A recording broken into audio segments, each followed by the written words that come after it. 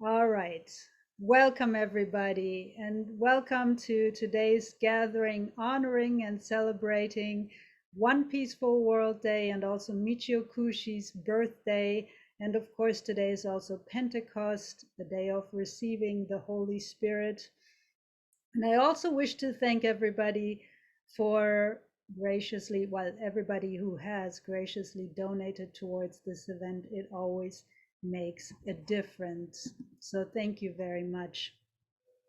Michio Kushi often spoke during the spiritual seminars about how our present lives are the present preparation for our birth into the spiritual world when we pass over, much like the placenta is the nourishment for the body of the developing fetus readying itself to be born into the physical world. Our physical body now is like the placenta for readying our spirit to be born into the next world. And so, while we certainly have to take care of our physical body, we simultaneously and perhaps more importantly also have to develop and grow our soul spirit and stretch our consciousness.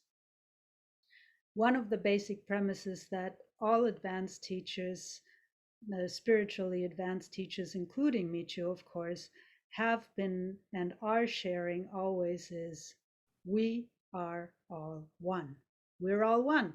So, what we do to others, we ultimately do to ourselves, and vice versa. And considering this premise, I believe we have to begin to take more responsibility for our world, each and every one of us. Our governments, politics, our economy, businesses, etc., will not and cannot do the spiritual work for us. They are not set up to grow our consciousness. Instead, they will only let us keep the status quo. But each of us individually can make a difference, beginning by truly discovering the essence that is within us, knowing who we are and who we wish to be. In our world, many people forgot what it is to be truly rich. To be rich is not to have things, and simultaneously, to be poor is not an option. So, making a difference in each other's lives is important so that we can enrich each other on all levels. We have to change because our world, our planet, Gaia, is changing.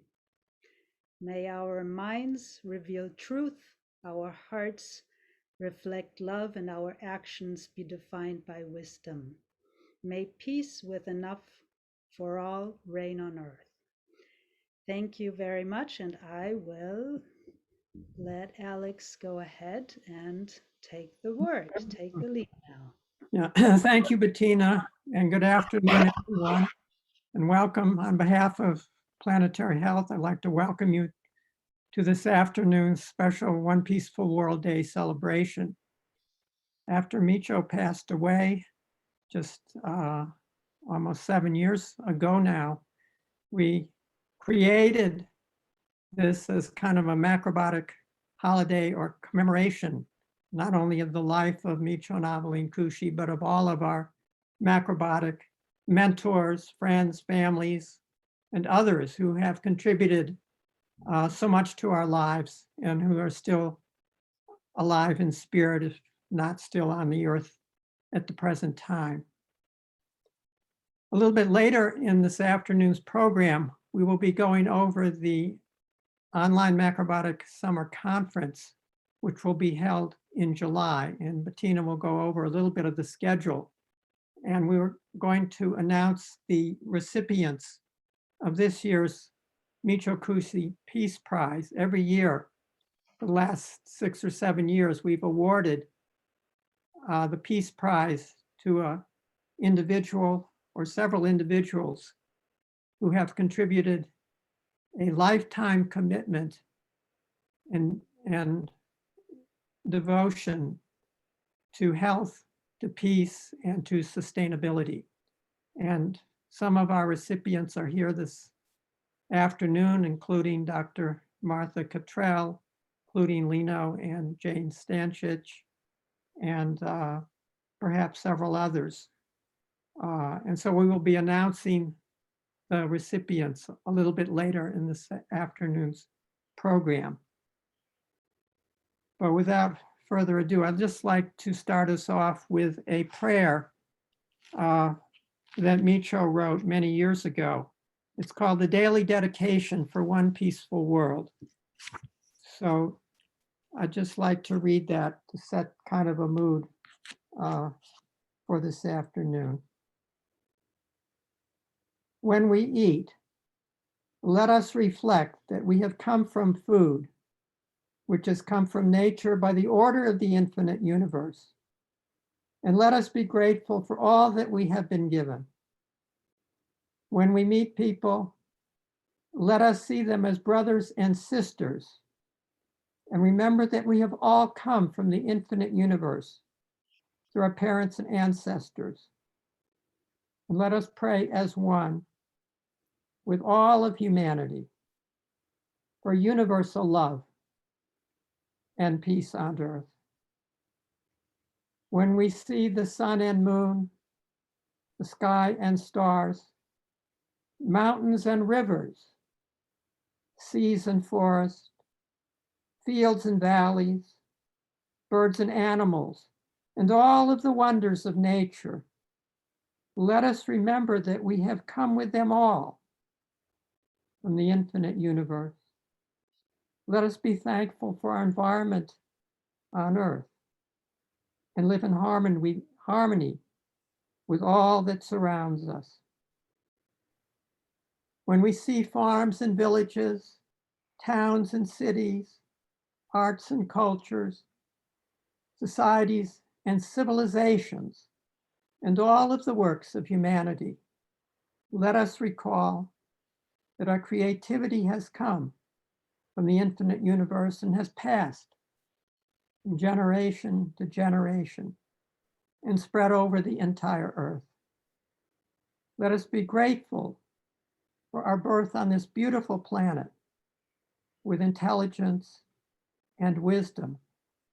And let us vow with all to realize endlessly our eternal dream of one peaceful world through health, freedom, love, and justice. Beautiful. We are all one. All right. Thank you, Alex. Yeah, thank you. So let's, Amber, I will ask Amber to get yourself ready. Amber Maisano has agreed to show us how to make a vanilla birthday cake with chocolate frosting. So let me find where Amber is and make her the spotlight. Okay. There you go. Okay. Hi everyone.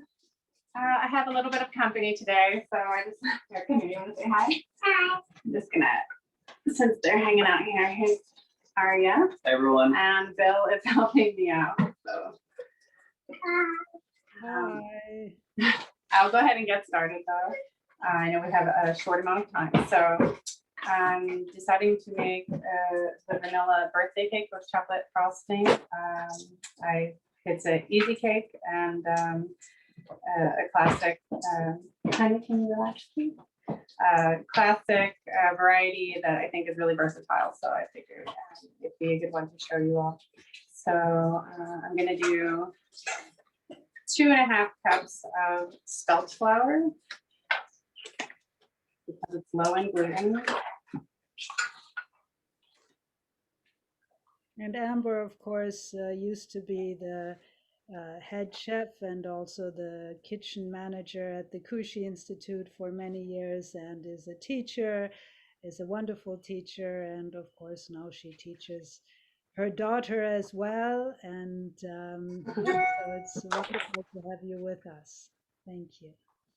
Thank you. Yeah, it's certainly interesting having a toddler around while doing these things. A little bit more complicated, but also a little bit more fun. All right, so 2.5 cups of spelt flour. Of course, you could use whatever gluten-free flour if you want to substitute something. You could use a flour sifter, or if you don't have one, you could use a sieve and just tap the flour through it.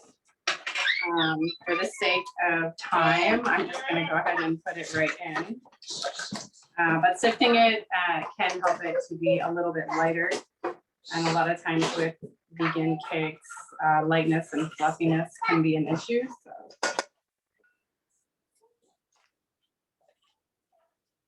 Next, I'll add 2 teaspoons of baking powder, aluminum free, of course.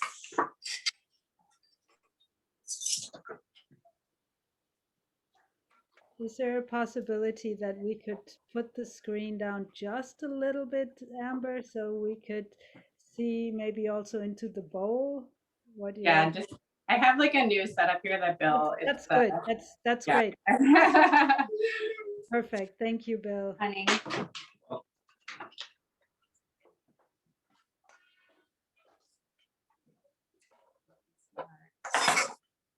So 2 teaspoons baking powder, half teaspoon baking soda. Red Mill is a good brand.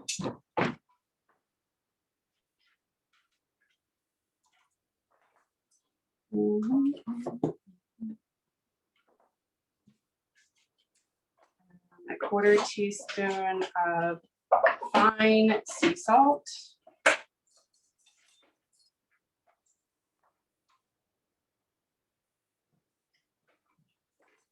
And actually I put, for some reason, under the wet ingredients, the maple sugar, but obviously it's a dry ingredient, so you can put this in here now as well, but you know, it doesn't really matter. It could also go into the wet ingredients. But since it is in fact dry, I'm going to go ahead and put it in.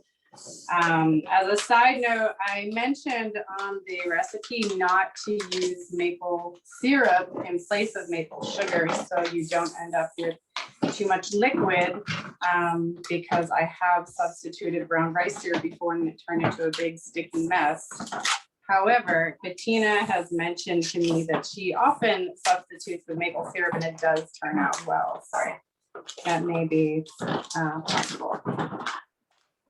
And of course, if you're living, or if you choose to, you can use coconut sugar. It's a little bit less sweet, although I know it's tropical.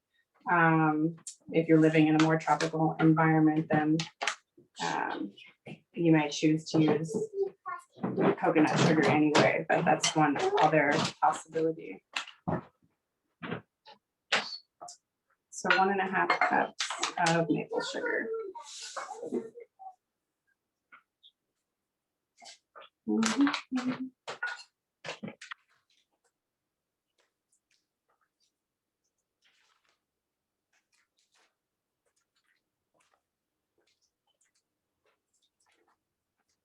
What brand is that?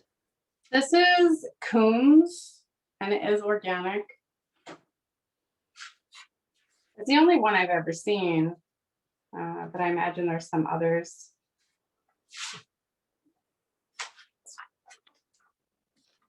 COOMBS, Coombs Family Farms. Okay, next, we can whisk that all together.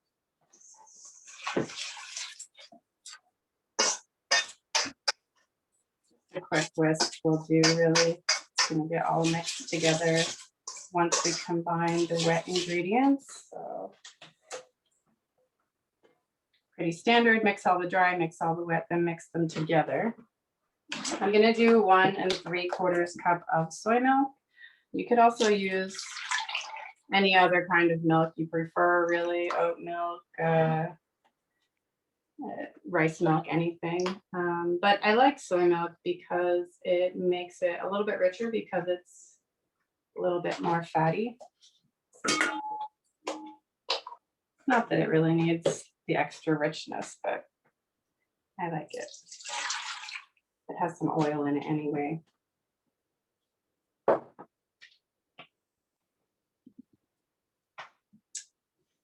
Okay, and then a third cup of safflower oil, or I have sunflower oil. I use them interchangeably. Both are light oils.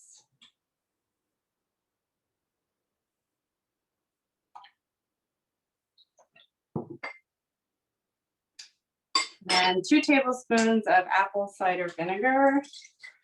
Helps to give it a little bit of lift as well.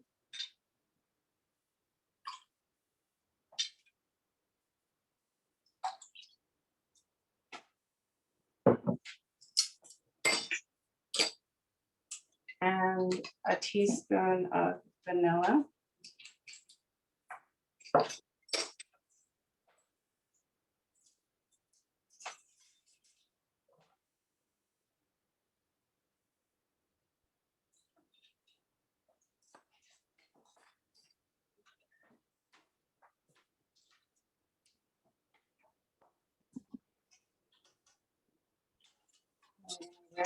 Whisk together.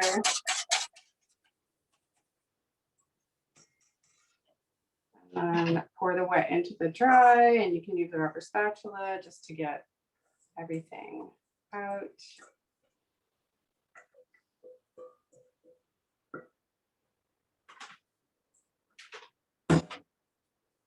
And then whisk that together just until everything is combined. And it's recommended not to overmix so that you keep more of the air in there. It keeps it a little bit lighter if you don't overmix. But obviously you have to get the ingredients combined. And then we'll pour them into a couple of cake pans. I actually have 2 in the oven right now that are going to be done in 2 minutes. And so what I did was I took a 2 9-inch round cake pans, and I put parchment on the bottom. You can buy parchment rounds in different sizes. And if you don't have that, you just have parchment paper, you can also just lay down your pan and trace the size and then cut it out. And then just lay this in the bottom and take a little bit of the oil, rub it on, onto the parchment is not as important as the sides, obviously, but just prep the pan by rubbing a tiny bit of oil inside. I usually like to just do that using my hand, and then pour the batter inside. And I'm just gonna wait another minute and 30 until that is ready. Obviously you want to preheat the oven before you get this started. Next we can move on to the frosting though, while we're waiting for that cake to come out. So in a food processor, this is really my favorite chocolate frosting that I've used since practicing macrobiotics, which has been about 16 years. Because it's just very simple. You don't need to soak and blend any nuts or cashews. You don't need to thicken with any agar, kuzu, and then re-whip it or anything like that. It's very simple, uncomplicated, and essentially the cocoa powder thickens the rest of the liquid ingredients to form a thin frosting. So we have, everything's just gonna go right in there. It's back here. I'll just put it all into a bowl first. And then put it right into the food processor. So 1 cup of cocoa powder. And I have some organic, I think this one is raw actually. So it's a dark chocolate frosting. And all we're going to do is blend it together and then set it aside. And as it sits, the cocoa powder will absorb more of the liquid ingredients and it'll thicken up. And then if you want to make it even a little thicker, you can put it into the refrigerator. Timer. This is working exactly 30 minutes it's taking in my oven.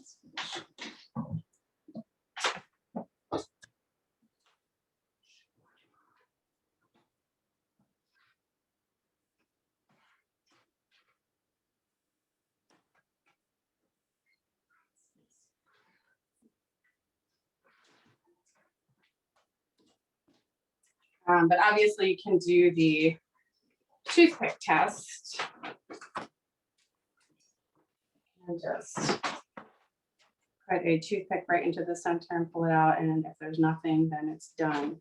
So I have two different 9-inch pans here. It's great if you have both the same, but I just bought them at different times. This one is stainless steel. And I was a big fan of stainless steels because it is stainless, not aluminum. So it's not leaching,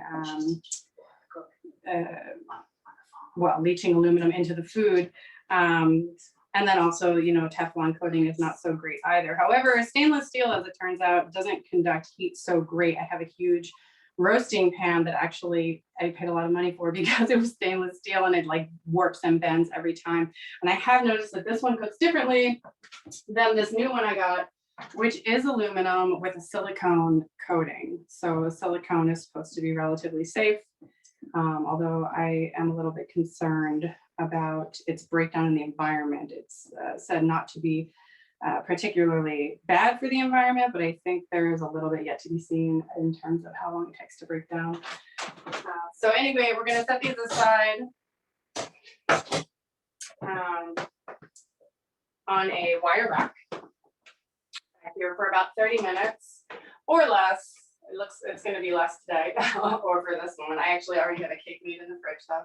So I'll set a timer for that and then I can release those. In the meantime, and please let me know if at any point we need to pause. Bettina, I know I don't have a clock actually right with me because these two timers.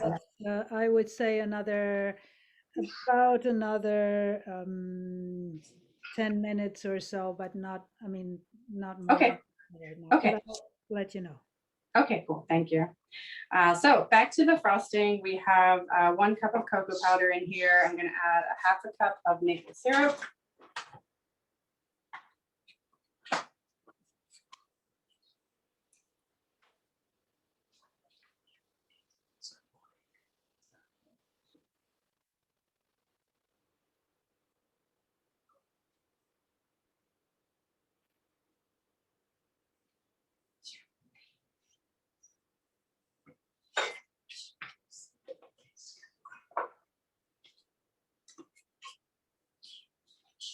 Then a 1/2 cup of soy milk or other milk of your choice.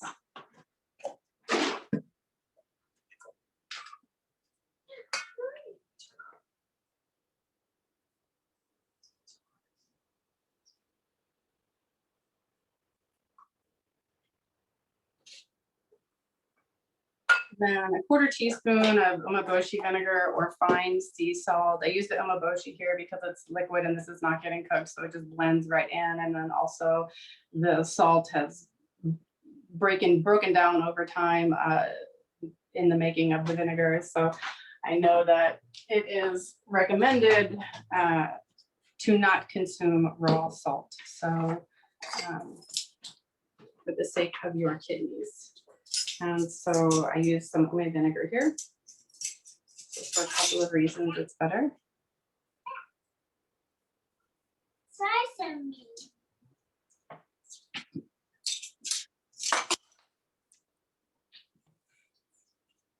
And let's see, a tablespoon of vanilla extract and a teaspoon of almond. And what could be really nice here too, if you have someone who is a fan of orange and chocolate. My mom is a big fan of that combination. You could also add some orange zest here.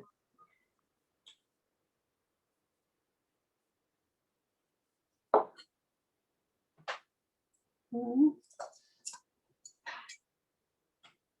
open another one. These are designed to rest. There we go.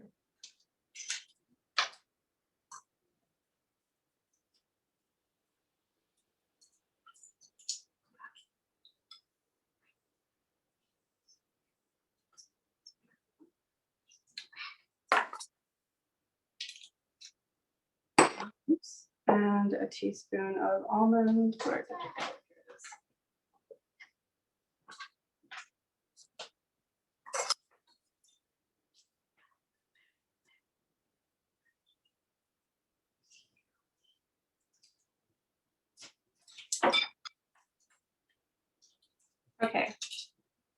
So very simply, this is going into the food processor back here.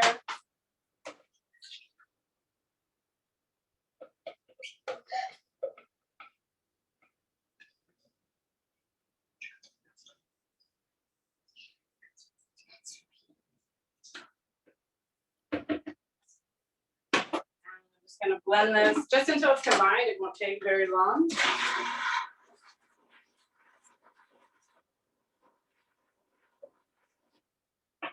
That's it.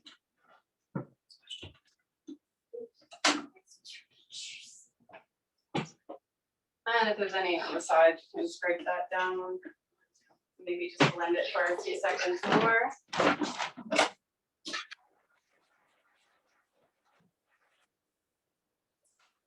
Rice syrup could be used here instead of maple syrup. It would be less sweet. It's already like a very dark chocolate flavor.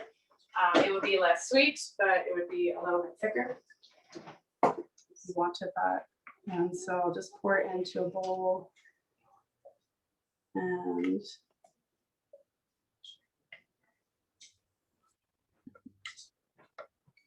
either leave it sit or put it in the refrigerator again if you wanted it a little bit thicker.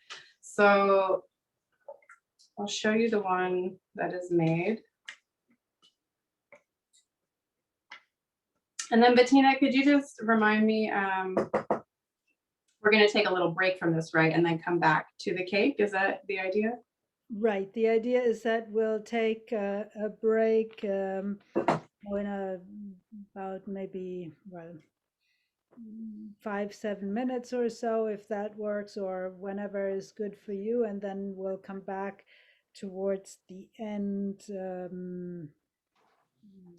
maybe a 40-minute break or so, and then we'll come back. Okay. Okay, so 5 to 7 minutes, and then we'll take a break for 40 minutes. Is that? Yes. Okay. All right, good. So then you could cover this with plastic and pop it in the fridge. I'm just gonna go ahead and bring out the one that's done.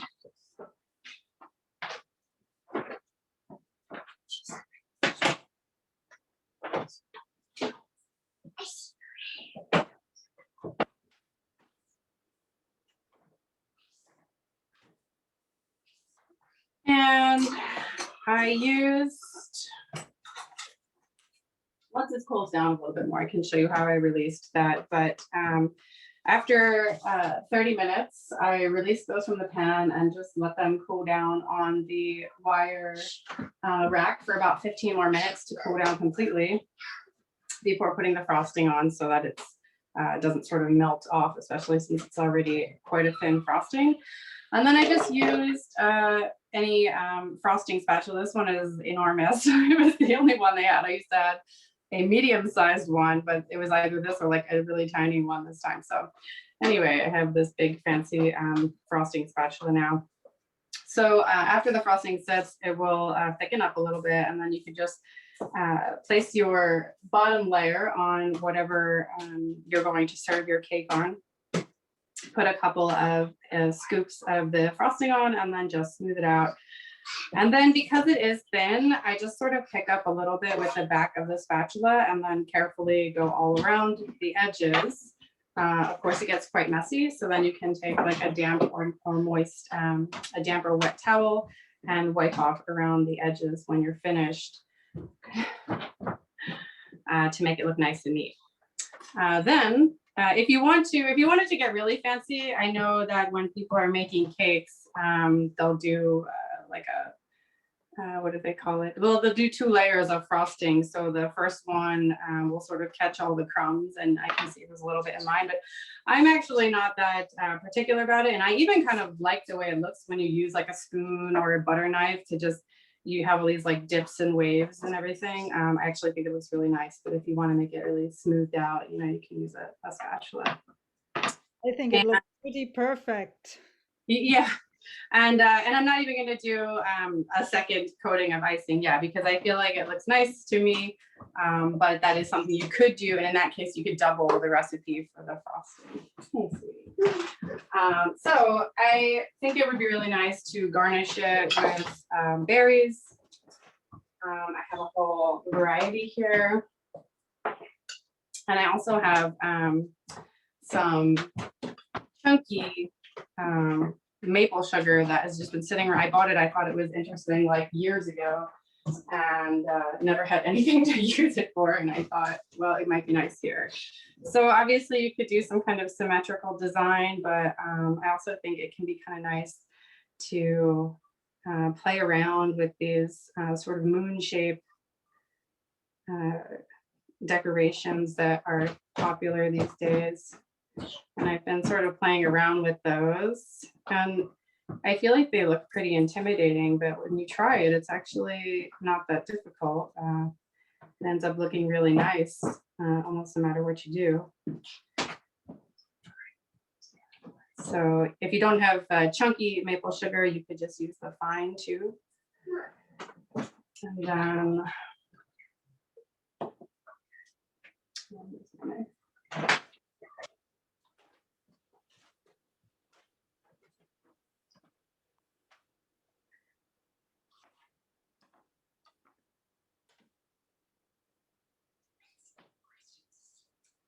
put some berries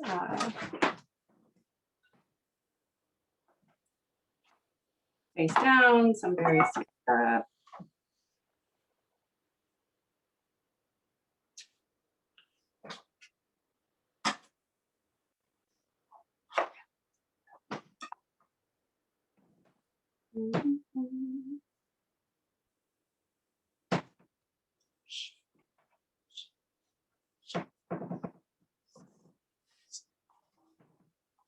And then let's see, I have some blackberries. You just kind of fill in the gaps. And even these are pretty sometimes cut in half.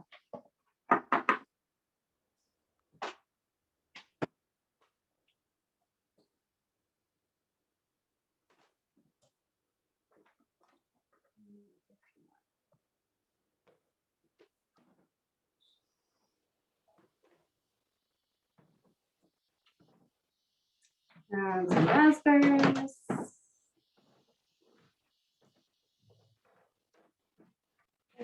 And half, these are really huge.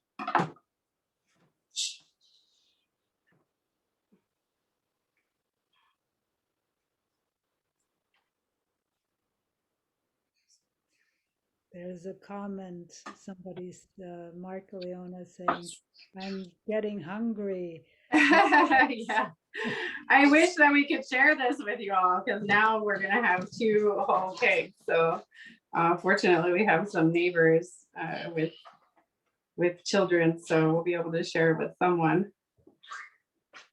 Yeah, I'm sure they will all enjoy. It looks fun. Yeah. So I also have some mint that I picked that grows wild around here. You could also use some lemon balm, of course. Well, she's done. There's a question from Susan. What temperature to cook the cake? 350. And that Yes. should be on the recipe too. I don't know if everybody has that now or if that's going to get emailed or. I did send that to everybody. Okay. It is on the recipe.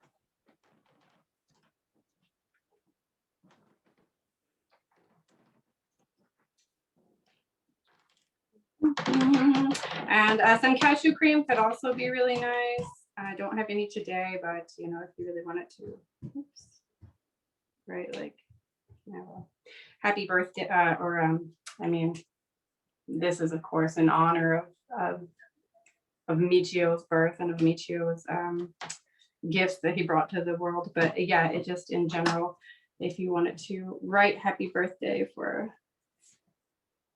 someone, cashew cream could be a nice way to do that. So yeah, you get the idea, and then you can just kind of keep filling it out. And until it's all filled up with berries. And Do us one favor, and I think then we'll take a break. But can we zoom in a little bit on the cake? It just looks so gorgeous. yeah, Bill's gonna, thank you. Thank you. Can we do like a up, like straight up above it? How's that? Fabulous. Really nice. Yeah, it looks like and there's clapping and there's, yeah, very happy. Oh, good. I'm very glad. Thank you, Amber. And so we'll get back to you a little later if that's okay, unless you have anything else you wish to share right at this moment. No, just thank you for having me, and it's really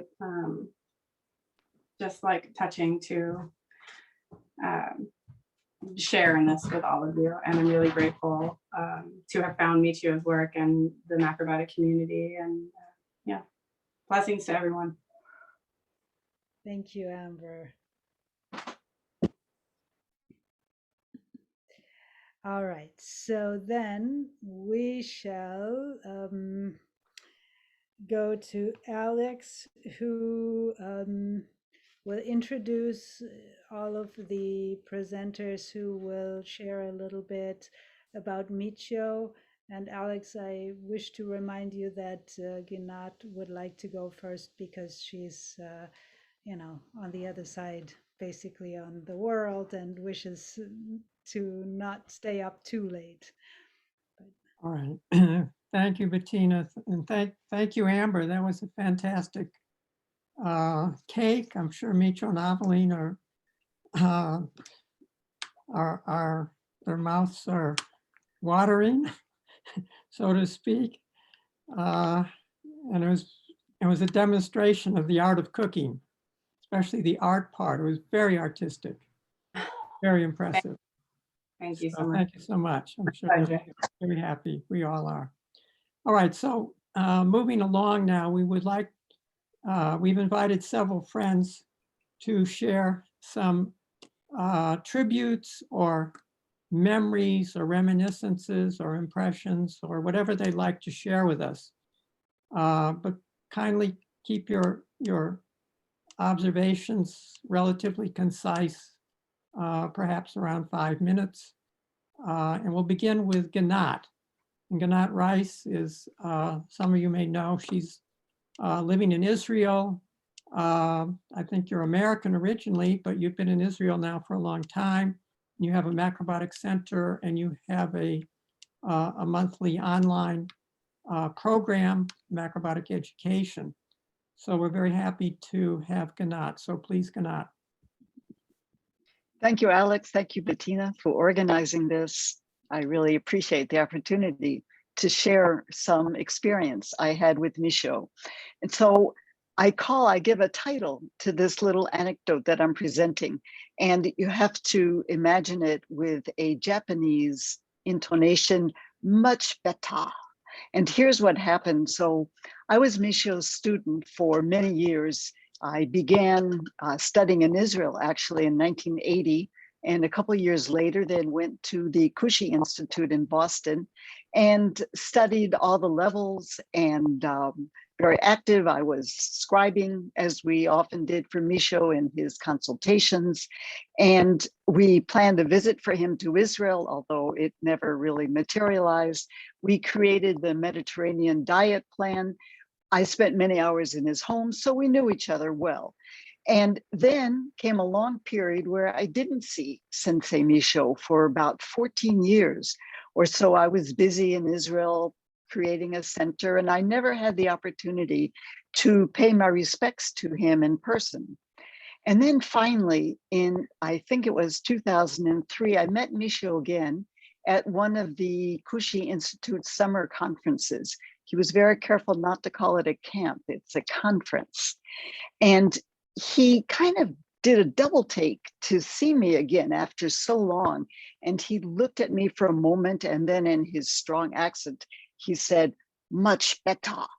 So that was a very good feeling to have the master diagnostician pronounce me greatly improved in however I had been as a student in the beginning. So it felt like a real feather in my cap and a great accomplishment. And if I was okay before that, as I had thought I was even better now. And the last thing I want to just put at the coda, the end of this little anecdote here, that I've always remembered those few words, is that Sheldon, my husband, wrote a paper many years ago that he called Feeling Better. And so I'll just finish up here to quote a little bit from what he wrote. He said, or says, "There is one guarantee that's always true. When you practice macrobiotics, you feel better. This is assured because the fundamental nature of life is well-being. Living in accord with natural law means that well-being is dominant, the natural state of affairs. Anything less is temporary. Macrobiotics offers a continual sense of improvement as one gets more in touch with one's true self. There is no need to explain to anyone what feeling better means. It's enough to seek it in order to experience it. Appreciation is the greatest asset in this quest. Appreciation means focusing on what is wanted while ignoring the absent. It's shifting focus away from resistance, doubt, and fear. It's letting go of self-denial and complaint and consciously choosing a better feeling thought. Appreciation is actively looking for ways to feel better. So as macrobiotic practitioners and teachers, let's make the subtle shift from curing illness to seeking well-being. The method is simply small steps directed towards feeling better in the moment. Symptoms of discomfort should be regarded as interesting trivia, eclipsed by the day-to-day practice of seeking positive aspects. Nothing could be simpler or more accurate. An unfailing source of encouragement. Anyone can encourage another to feel better. So thank you, Sensei, for encouraging me. Ta-da! Okay. Thank you, Ganat. Yeah, that was beautiful. Thank you so much. And Thank you your very much. your husband for his. Thank you. I will. Thank you very much. Hello to all my friends. Yeah, and we send you our thoughts and prayers for peace in your region. Amen, amen. Yeah. Okay. All right. So next, why don't we ask Lino and Jane Stanchich? I think many friends are familiar with Lino and Jane. They live in Asheville, North Carolina. They've been active in macrobiotics for many decades. They were the recipients of the Michokushi Peace Prize last year, and they have a lot of wisdom and understanding to share with us. So Jane and Lino, please. Okay. I am honored to speak about Michio Kushi. I had attended a seminar of Michio weekend in Boston in 1971. And if I didn't attend that seminar, I probably would not be alive today. His teaching inspired me to adopt a microbiotic diet, thinking about the principle and also the lifestyle. And I become a very devoted student. I'm now 89 years of age. In many ways, I feel better than I ever felt. I've been searching for the right diet and lifestyle for many years before, but discovered I was actually searching more for spiritual development. This led me to Michio in both these quests. Michio Kushi is one of the greatest geniuses of the 10th century. Through his teaching and guidance, I learned the origin of all diseases, mental, emotional, and physical, as well as all these wars and crimes that go around. That alone is a great treasure. I learned also the healing power of food, as well as of cooking. I helped my family and friends making wonderful microbiotic educator, including my wife, Jane. I traveled the world spreading microbiotic, mainly in Italy and Croatia, and also in England several times, and in Sicily, and also in Germany. I'm proud to be a microbiology teacher and counselor. There is no other program that enhance world health, ecology, humanitarian principle, and world peace. And the universe, increasing personal happiness. Let us today honor Michio with our deepest prayer and gratitude. Thank you. Please join me in a prayer to Michio. Okay. Thank you for coming into our lives and guiding us to a healthier and happier life. May we together realize the dream of one peaceful world. Thank you, Michio. And thank you, Alex, and all of you, Bettina, and all of you up there that are working so hard. Ed. And Ed. So we are very, very grateful. You're doing a very good job. So, okay, go ahead. This is Jane want to speak a few Okay. words. Okay, thank you, Lino. Besides my father, my dear uncle, and Lino, Michio is the most important man in my life. 70 years ago, he came to America on a boat from Japan with just a few dollars in his pocket. Now imagine, just 4 years after World War II, a young Japanese man comes to America. It took a lot of courage for him to do that. And we're so grateful he did. And I've also taken a journey with him almost for 4 decades, Alex. And it's been quite an adventure, especially with this guy. It's never a dull moment. I met Lino in Boulder, Colorado. Lino introduced us. Aveline and Michio came to see us there and to teach with Sandy Greenberg. I studied in Boston and at Beckett. And then as Lino, we went to Switzerland, Italy, England, New York, all across the United States, California many times. Macrobiotics has been a wonderful, priceless journey. One of the highlights of being with Michio was when Mr. Kushi went to Washington to make a play on the movie, when Mr. Smith goes to Washington. It was surreal.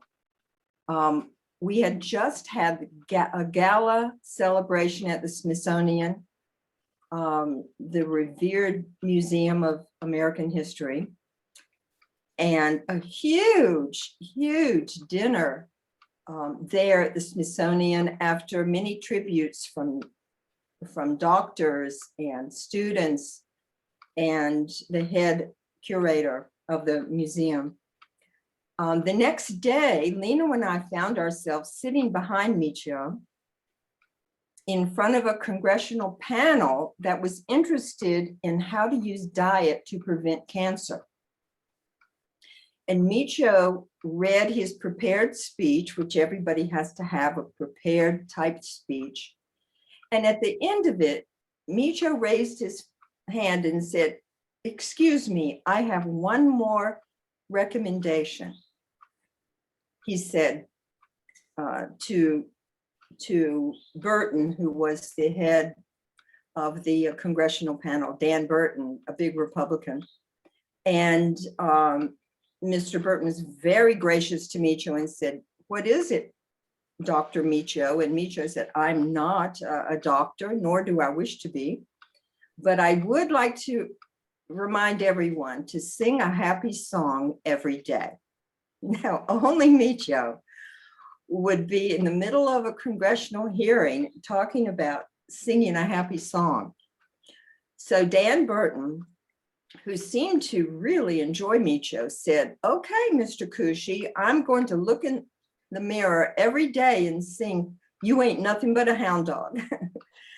And Michio just created such a sense of camaraderie with people. After the hearing, the women flocked out to the hallway and raised up their sleeves so Michio could diagnose them if they had signs of cancer. Michio was so scholarly and so intellectual, but had a sense of lightness and play. In fact, someone asked him once, "Michio, what is the purpose of life?" And we thought, oh, he's going to talk about helping humanity, changing the world. And he said, "It is to play." And that's just such an amazing philosophy of life. I look at what's happening in the world today, and I can hear Michio predicting the increase of violence, the increase of depression, illness and disease. And I'm thinking he could see what was coming, but through macrobiotics, much of this can be alleviated. The last summer conference, Lino and I were honored to have been invited by Michio and Midori to have some tea at a local cafe, not the general store. We had to drive a little bit, but Michio talked about how pleased he was with the macrobiotic teachers, with life. He never bragged about his accomplishments, but he did want us to keep working as we are. The macrobiotic teachers are doing wonderful work around the world. So I would just like to say, Michio, we love you, we honor you. Thank you so much for coming to America and having the courage, and may we have part of that courage to keep going, realizing that many of your teachings and Aveline's teachings have become mainstream in America now. Plant-based, vegan, tofu, natto, the Japanese foods are becoming common in Americans' marketplaces. And it's because of you who made that journey 70 years ago. You wrote 70 books. 7 is truly your number. So thank you, Alex, Ed, and Bettina, and all of you watching. Many of you are good friends, and we honor you too. So thank you, Michio. Thank you, all of you. Thank you for all the good work you're doing.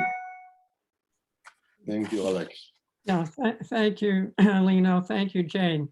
That was a wonderful tribute. And Jane, I think your story about the congressional hearing and Dan Burton, I can't think of anything that we need more in Congress today. Oh, yeah. That would maybe be the start of bipartisanship if they could agree to sing together. Wouldn't that be great? Maybe there's a song they could actually agree on, and hopefully a happy one. Yes.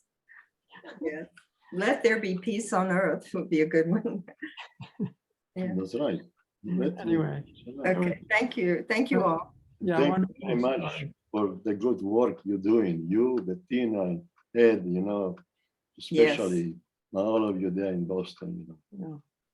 Okay. Yeah, thank you too for your wonderful continuing to teach. Okay. Thank you. Yeah. All right. So next, let's see. We've just got a few more friends. Ed and Naomi, are you there? We're here, Alex. Okay, yeah. So please, over to you.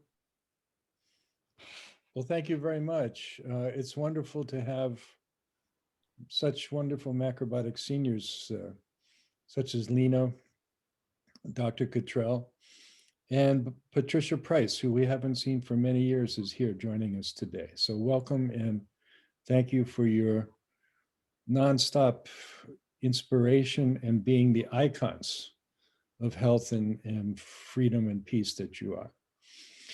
Michio, of one of the most endearing aspects was Michio's sense of humor, and a few of our speakers have alluded to that.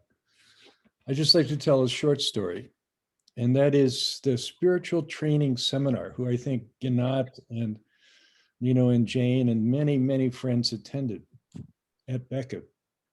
And it was a pretty serious affair, Ginat, would you agree? Everyone's eating practically diet number 6 and semi-fasting and meditating and chanting all day long. So it's kind of serious. Michio's explaining the spiritual world, the dimensions of consciousness, amazing topics.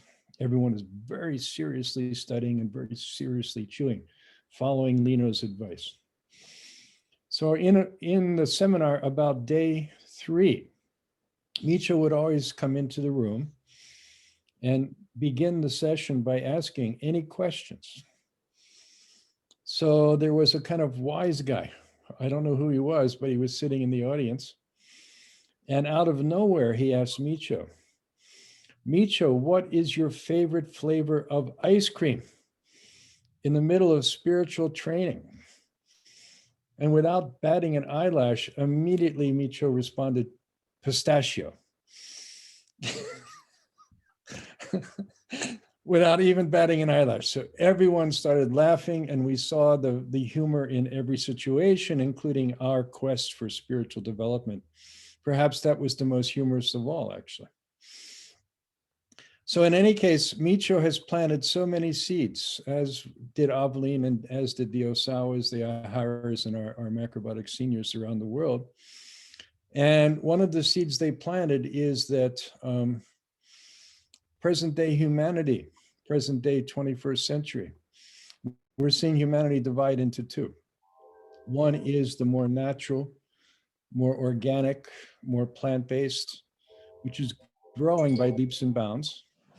And the other is the artificial, genetically engineered, eating heavy animal food, and following blindly the modern medicine, including the things like vaccine and whatnot. So this is becoming clearer and clearer.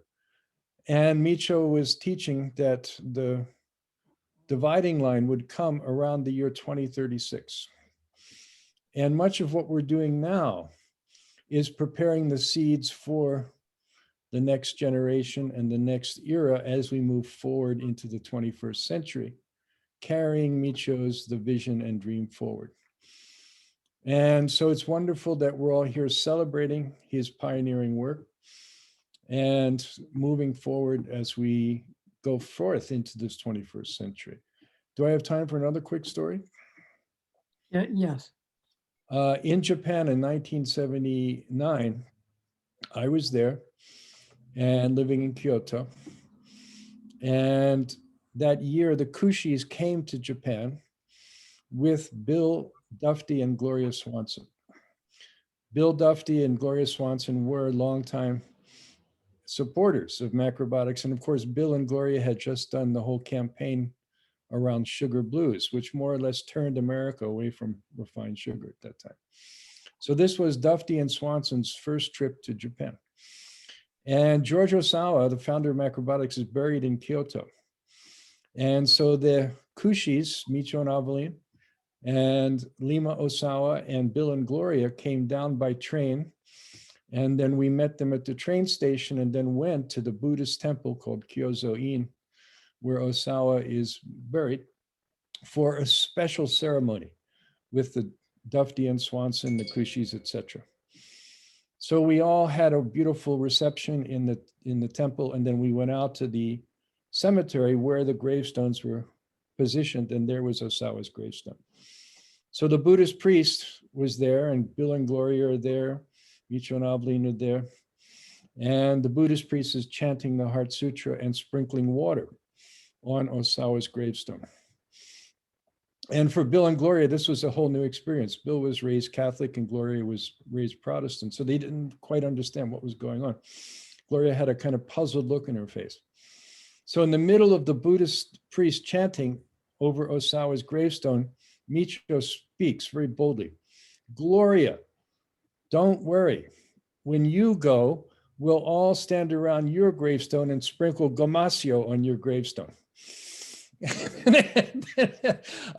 the middle of this very, kind of serious ceremony, I almost fell to the ground writhing in laughter. It was the funniest thing I've ever seen.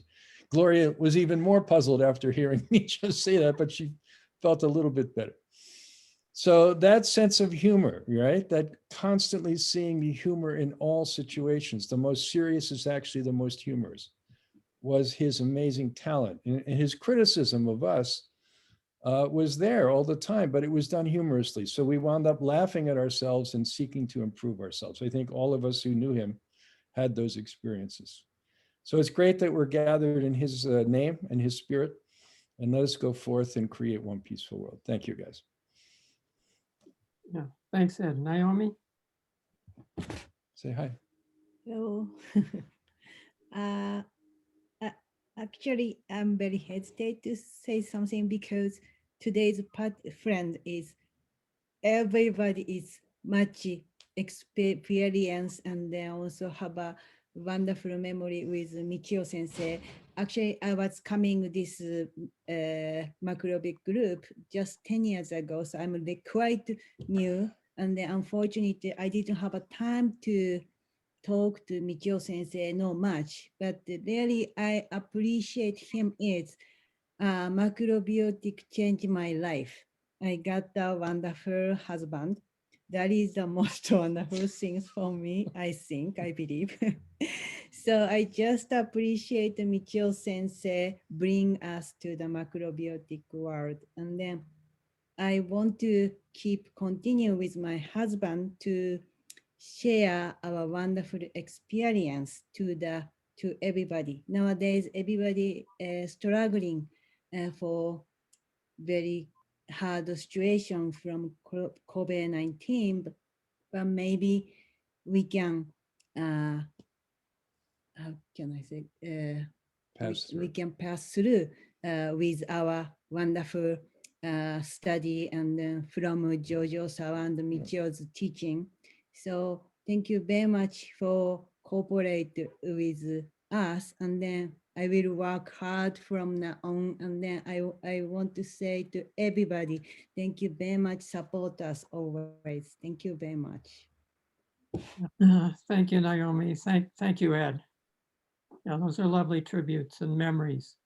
And the humor was right on, for sure. All right, so we have, I think, two more friends lined up, but I'm not sure if they're here. Is Warren here, Warren Kramer? I sent him another email, and I know that Christina said that she would be fine by 5, but it's 10 after and she isn't here. So I'm not sure what Okay, happened. so she's running late. So should we go back to Amber then? See how the cake's doing? Amber, are you ready to show us a little bit more? There's a message from, I wouldn't mind saying the word if we have time to fit it in, since Warren and Christina aren't here yet. yeah, Virginia, please go ahead. Right now? Yeah. Okay. Well, thank you. It's such an honor for me to be part of this. I too, like many of you, would not be here if it weren't for Michio's teachings. And I always felt very honored that he took the time to always be teaching, even though I felt like I was not a student that was going to do much at the time. I was there to get myself well, to understand. And And he saw beyond that, as he always told me to go discover and teach, with his words to me constantly. I think the main thing with Michio was that he took the fear out of whatever situation you're in. Not only with the humor that many of you have described, and I also was privy to some of his humor, but he just made whatever big problem was going on with you, inside of you, with your body, with your health, he gave it a reason, he gave it a purpose, he gave it also always a lesson to learn from it. And I think I've taken that into my teaching, because I realized that I could not have done what I've done had I not taken what he taught and really embraced it and personalized it. And so instead of just giving concepts to people, he gave examples, he gave stories. Any question you would ask him, I remember him saying, you know, please discover for yourself. I'm teaching you this, but it's up to you to discover it. And I really took that away in my own teaching, and that's how I try to do now as I pass it on. But it's been a wonderful, wonderful experience, and 40 years of a life I didn't expect to have. I wanted to have, but I didn't expect I could have until this teaching came into my life. And him and Aveline were so gentle in their teaching and so confident, so matter of fact, that there wasn't room for arguing about it, because it presented in such a way that, well, this is it, you know, either experienced it or not, you have the choice, but this is it. And so it's been something I've been able to pass through my family. My family has benefited from it, as well as many others. And I really do appreciate all the teachers that have kept his teachings going, and how they've been translated and how they've been updated and how we still have them in front of us. It's just always wonderful to go back to the source. And I feel him daily, and I always, I'm grateful and thankful for this opportunity. And like Bill Spear told me, as he was my counselor at the beginning, you can appreciate what you're going through. And at that moment, I thought, no, he's crazy. I'll never appreciate what I've been through. But it was a short time, less than a month, that I understood what he meant. And I've been appreciated ever since then. Thank you for allowing me to share. And thank you for all the hard work you're doing. Well, thank you, Virginia. Thank you for sharing your story. Might as well mention that Virginia will be receiving the Michokushi Peace Prize this summer at the summer conference. She will be sharing the prize this year with Tom Monte. So we're delighted to honor both of them. They've both been teaching, counseling, writing, and helping so many friends throughout the world, as you said, for 4 decades. Yeah. I think we both go back together, and certainly Tom and I worked together at East West Journal beginning in the late 1970s. So anyway, it's a great tribute that you and Tom are able to carry on Micho's work, because you're certainly one of the most amazing counselors I've ever met, and you know, you're really carrying on their spirit for sure. Well, thank you so much. Such an honor. It's such an honor. I really appreciate it. Thank you. Thank you. Okay, so Bettina. All right, so Amber, then let's go back to you now. And by the way, Michio would be 95 years this year. So it's his 95th, would be his 95th birthday that we're celebrating. But Amber, okay, so let me see, there we go. Amber, Can you hear me? Yes, we can hear you, we can see you. okay. Would you like me to show you how to get the cakes out of the pans and everything, or would you like to just, I know you wanted to light a candle maybe and sing a song? Let's see the cakes first, how you take the cake out, and then we'll light a candle on this one, if you Sure. like. Hey, Bill, Yes. can you please just tilt this down a little bit? And thank you, Bill, for your assistance. with our- My Yeah, pleasure. he has like this new arm, so I don't really know how to use it yet. Thank you.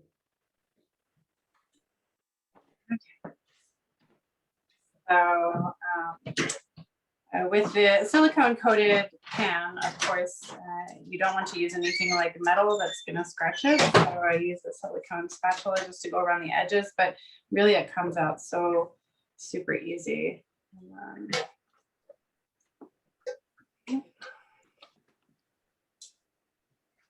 And then you just gently peel that off. And then, so it's been cooling for a long time now, so it's almost completely cool. But you really only have to wait about 30 minutes and then you can do this. And then about 15 minutes later, it's cool enough to ice.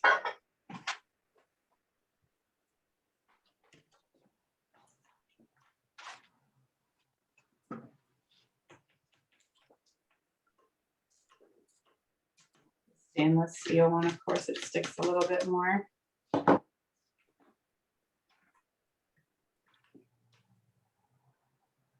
Oh, it's actually quite stuck in there. What Parchment. do you think about spring forms, Amber? I love this spring form. I love it because yeah, it's a much easier in a way. But I only have one of those.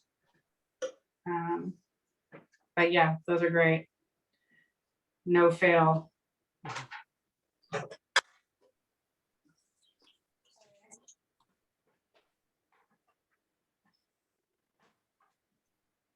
So, and then you just put the chocolate frosting on one of them and Yeah, you, yeah, perfect. yeah. Do you want me to do that or? No, I mean, Okay, everybody has experienced that, right? everybody has an idea, but now we can see how the cakes came out. So, Yeah. you know, from bottom, so we'll go back to the birthday cake. I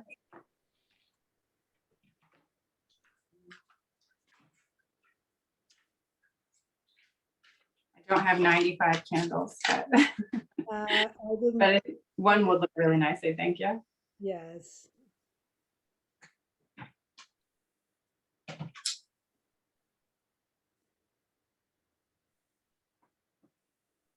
Did you have in mind and what song or any song you would like to sing?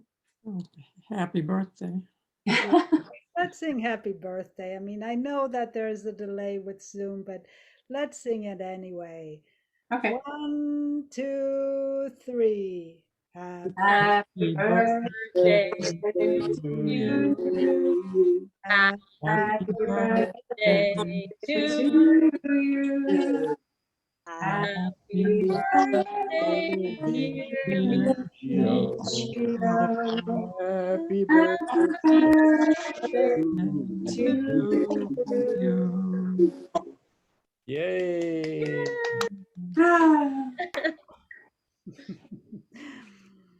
Thank you, Amber. Thank you. Beautiful, Amber. Been an honor. Yeah.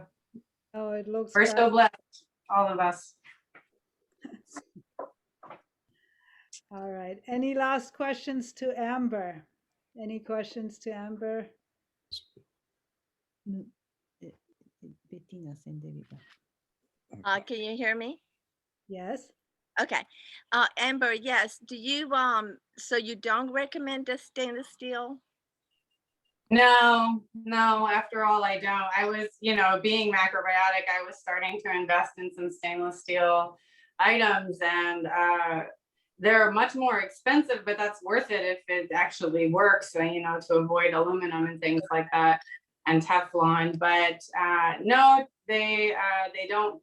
I feel like the cake pan works well. It sticks a little bit, but for example, when I went to go buy a second one, they told me they didn't have any because it doesn't conduct heat well. And I thought that explains why I have this long roasting pan that I still use, but as soon as it gets hot, it makes a loud noise. It goes bang, and the whole thing like bends in this really crazy cockeyed way. So if there's juices, it will just pour off.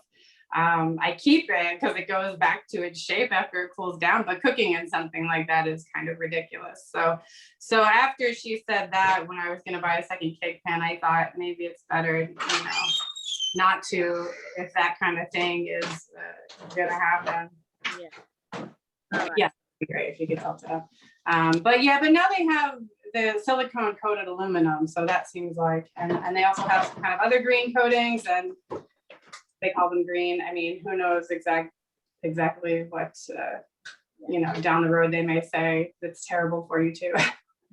I only have one pan like that. I have one silicone coated aluminum now, and I have one roasting pan that's aluminum with like some kind of green coating, but. Okay, thank you very much. Yeah. Mhm. Anybody else? Anybody else? I would like to share a couple of things, Bettina. And who is this? Who is I? Because I'm not Uh, Maggie Cottrell. very well. And thank you, Amber. But Maggie, let me go find you here. So give me a second. Go ahead. All right. I received a call from Micho's son, I think it was Haro, that he'd like to speak with me, and could I meet him up in New York. I went up there, and when Micho came in, I felt like I was going to meet God, and I was just so intent on doing everything right. And so Micho came in and bowed, and I'm bowing, and so he sits down, sit down. And he said, "What would you like to drink?"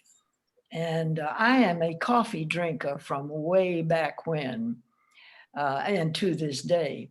But I knew that in macrobiotics, tea was the drink that you always order. So I said, "I'll have tea, Micho." Good. So he called the waitress over and he said, "Bring Dr. T and bring me some coffee." And I was just so flabbergasted. And so we talked, and he talked about wanting me to think seriously about joining them to work with the AIDS men with Boston University. And I was honored to be considered that. And I just was thinking to myself how much I wanted to study with this man so much. I knew, I read a lot about him. I read some of his books, and I admired him so much. And it was like he read my mind. He said, "Dr. Cottrell, would you like to study with me?" And I said, "Micho, there is nothing in the world that I would like more than to be able to study with you." That began a long, wonderful relationship with Micho and Aveline. I traveled all over the world with them, and we went to Africa and Japan and Europe and everywhere. It was such an honor to be with him. In one of the spiritual seminars, I'll never forget this, and it seems so applicable today, Micho had us tighten our fist, and he said, "Tighten them, hold them tighter, tighter, tighter." And we said, "Micho, it hurts, it hurts." "Yes, yes, yes, tighter, tighter. It hurts." He says, "What do you want to do?" He said, "We want to let go." "Yes, yes, yes." He said, "All right, let go." He said, "We are in a very young period of time, and it's going to become so painful that we will be catapulted into a spiritual consciousness, a higher spiritual consciousness." I think I see that happening now. I'm 93 years old, and I always tell everybody, only the good die young. Here I am. And I've seen so many things. This time reminds me, and I think of Michio so often in these days when he said that, because I lived in the time of the rise of Hitler, and I see many comparative things going on today that remind me of that rise in Germany and Hitler with Trump and all these Trumpites. Pardon me for letting a little bit of my politics get in there. But anyway, so anyway, this time Michio also told us that we would begin to, because of all that we had, as I said, experienced, that we would be experiencing, we would be catapulted into this spiritual consciousness. And I hope I live to see that. But I traveled everywhere with him, and I am so honored to have been a part of his life. He and Adeline, it changed my life. If I hadn't met them, I probably would not be here today. And as 93-year-old, I'm on no medication. My mind is, I have a little trouble with memory nowadays. There's so much up there. God, I have so much up there in that brain of mine that pulling up some of the stuff is a real challenge these days. But I am grateful and so honored to be a part. I remember when you, Alex, when you all gave me the Peace Prize, I said, I couldn't really wonder why in the world I was getting the Peace Prize, because I've been raising hell all my life. and so here I am still living and wanting to set by example. And it's amazing to me when I can even go up to Publix, the grocery store nowadays, and get all kinds of foods that we had to make when I was first coming along. We had to make a lot of our food because it was not available. And now in the public stores, you can get tofu and all these wonderful things. So thank you for letting me have this little bit of time. I won't take any more. And I will continue to do my best to set an example and to be a compassionate person. I'm also a Buddhist, and I'm working on three things. My tendency to need to be in control, my tendency to be judgmental, and my temper. And I'm working on that. I'm doing pretty well with everything except the temper. And there's so much going on in the world today that, woof, that is a real challenge for me. So keep me in your prayers, and maybe I'll be around for a while longer to continue to be a part of healing the world instead of hurting it. Thank you. Thank you, Maggie. Thank you, Maggie. Everything, Wish Maggie. you to Lovely. be around for longer. And I think, receiving the Peace Prize, I mean, does peace mean that we cannot speak up and make our voices heard? I don't think so. Being meek and sitting in a corner and sitting yes and amen to everything, I don't think is peace. So I think you certainly deserved the Peace Prize. And this is also a wonderful segue actually to our summer conference, which I want to speak about for a moment more, because we have our next online summer conference coming up fairly soon. And let me see here, give me a moment. All right, I don't know if you can see that, but I have the, move this, yeah. So can you see the schedule for our summer conference? Very good. Yes. Bettina, it says 2020 online conference. It should be 2021. Thank you. All right. So it is starting on July 21st So in about 2 months from now and running to July 25th.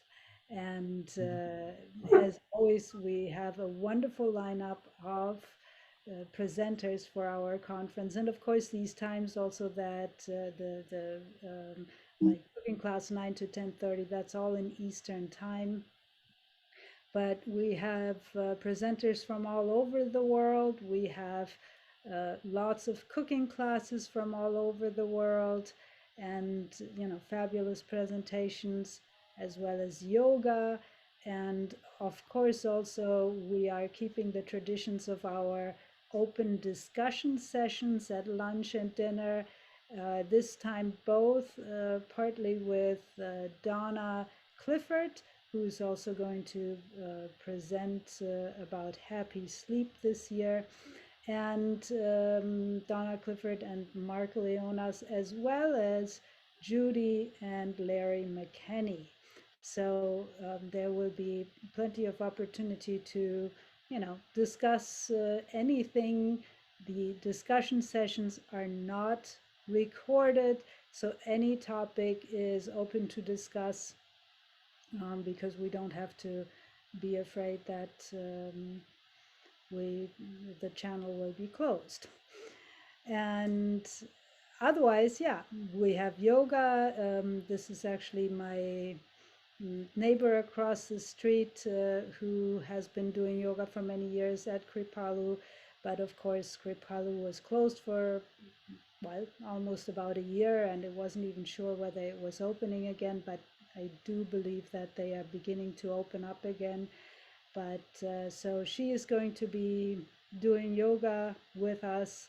And then we will also have, of course, the Peace Prize and the gala and auction and the skit as well. Let's see. And then also we have a special for the next 2 days. Alex, if you would share that with us, and I will, and you're welcome to share anything else. Let me stop this share here. Go ahead, Alex.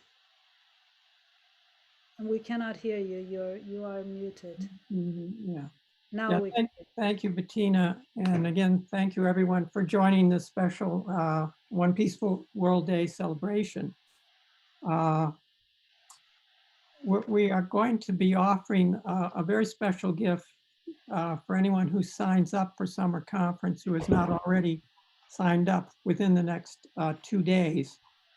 And to explain what that is, I'd like to just talk to you about one of our planetary health projects and that's ongoing. Yesterday, I was at the South River Farm in nearby Conway, which is run by Christian and Gayla Elwell. They're the founders of the South River Miso Company. And they also are growing brown rice. And for the last several months, we have been developing a new project called The Spirit of Rice, which will be a documentary film. And we have a committee of about 10 friends. Ed and Naomi are on it, and Mark Leonas, who's in the audience this afternoon and who was out there in the field with me yesterday. We planted the rice seedlings, about 1,000 seedlings. And so over the course of the next 6 months, in the growing season and the harvest, we have professional filmmakers who are making this documentary. And we'll also be interviewing a variety of cooks and counselors and medical doctors and restaurant and natural food people. Anyway, we want to make a film that touches on the spirit of rice, that can inspire people to grow rice in their backyard, in their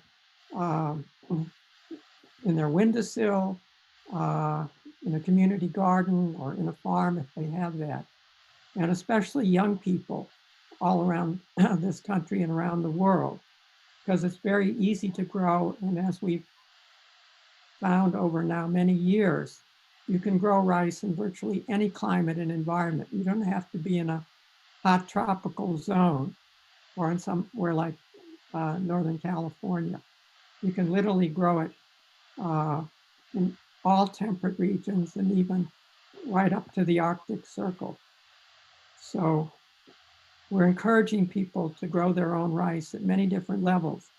And so one of the unique features of the rice that Christian is growing, that we're growing for this film, is that it's on.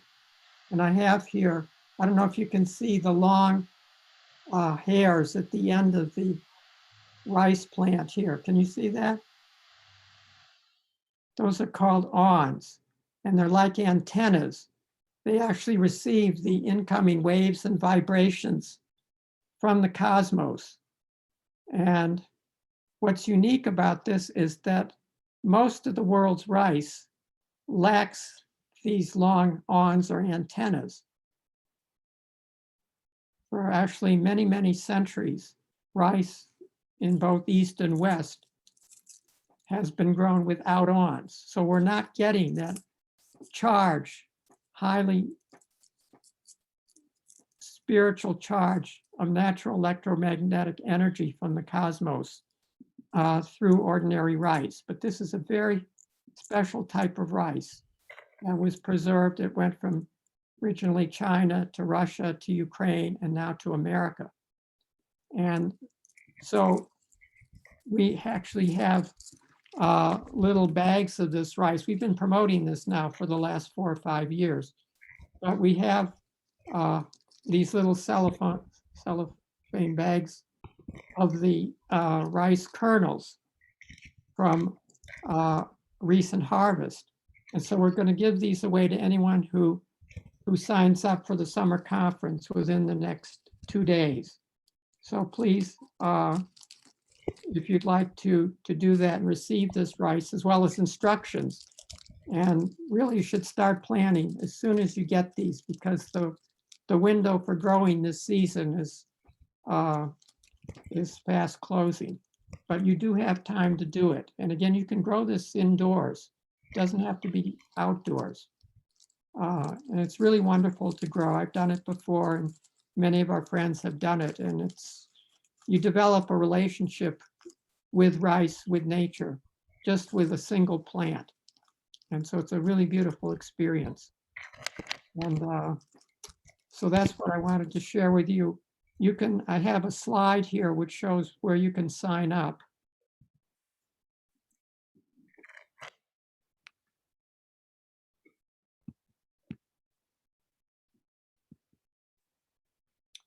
Yeah, see, it says special offer for summer conference.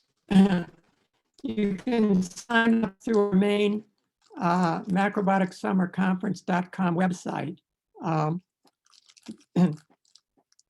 That's for the summer conference. And then if you go to the GoFundMe site beneath that, you can make a donation for those of you who have already signed up for the conference, or those of you who would like to make a special donation to the film. We've already raised about half of the funds that we need to make the film. We've had some corporate sponsors and a lot of very generous individuals and families.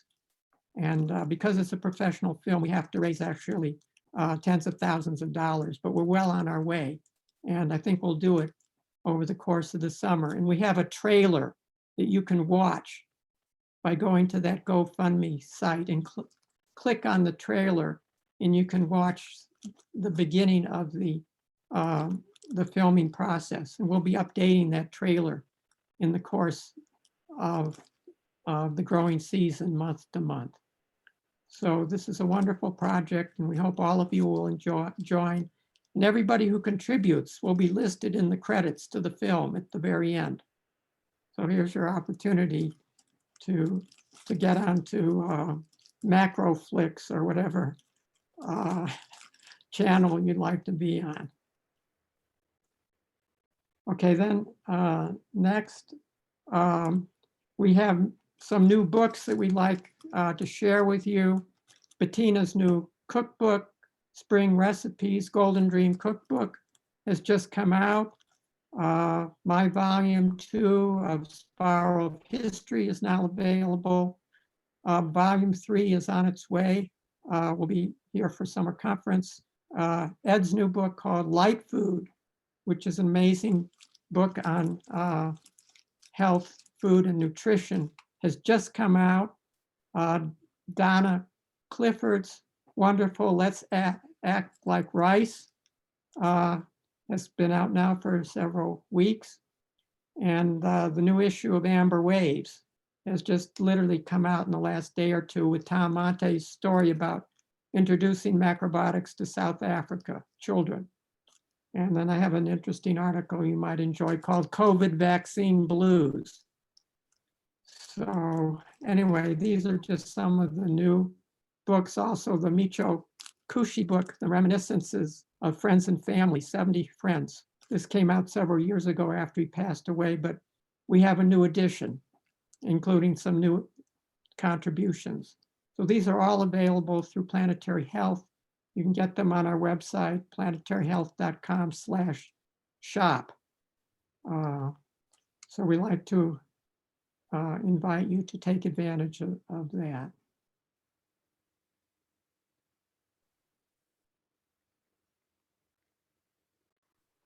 And then finally, just as further contact information, we are a nonprofit. All donations are tax deductible. And you can contact either myself or Bettina for any other related activities or questions. Those are email addresses. This is our mailing address, and this is my phone number. So anyway, we're grateful for your support and participation. And so I think I'll leave it at that for our resources.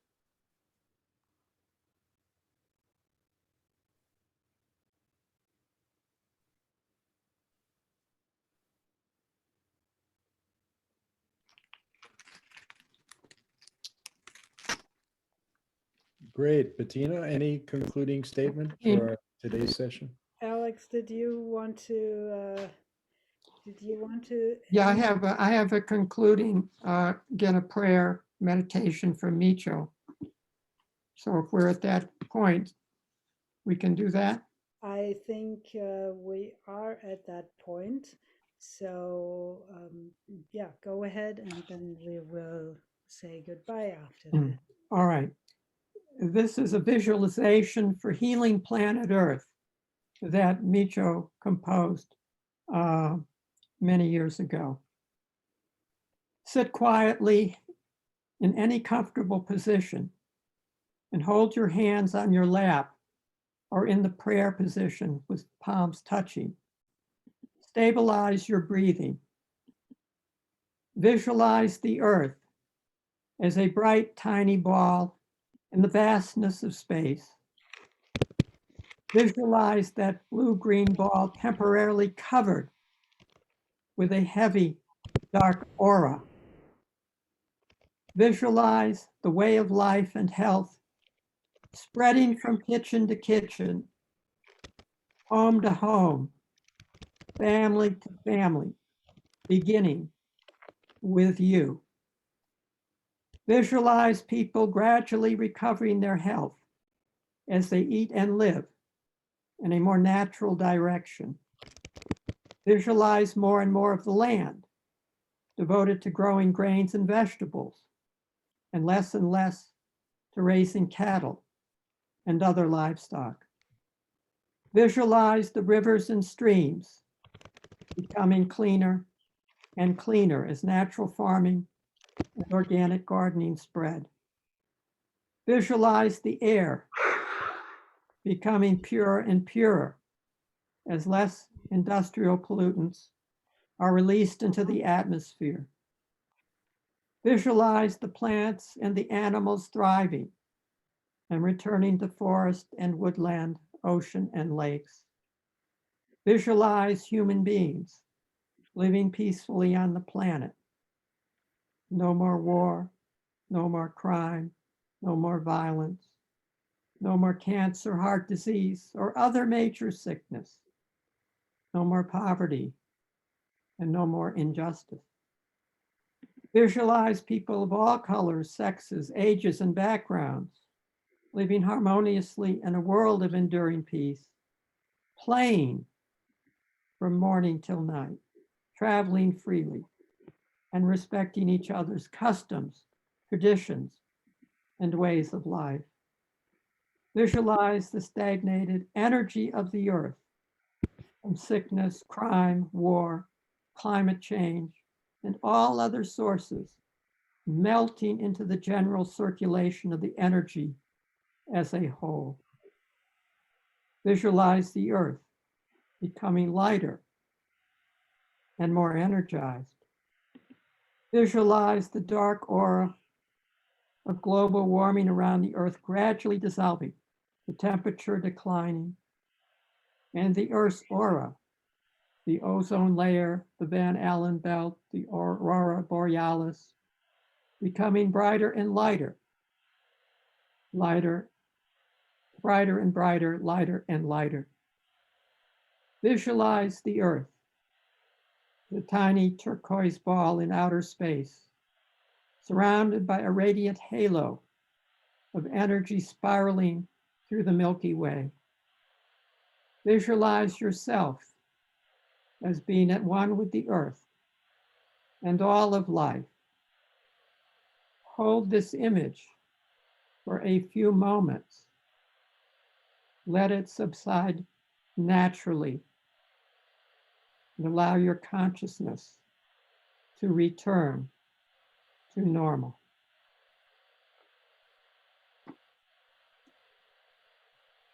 Thank you, Alex, and thank you, Michio. Thank you. And so, with this, we will conclude our afternoon of the One Peaceful World. Wishing one peaceful world to everybody and everywhere in the world. And also, just one last thing that I failed to mention earlier, the early bird special for the summer conference is running out by the 31st of this month. So if you wish to receive the early bird discount, please sign up before then. And we hope to see as many of you as possible. Would love to see your smiling faces and would love to hear the discussions and all of that. So take care, everybody. Be well and see you soon. Bye-bye. Goodbye. Bye. Bye-bye. Bye-bye. Say it. Goodbye. Say it. Bye. Bye, everybody. You know.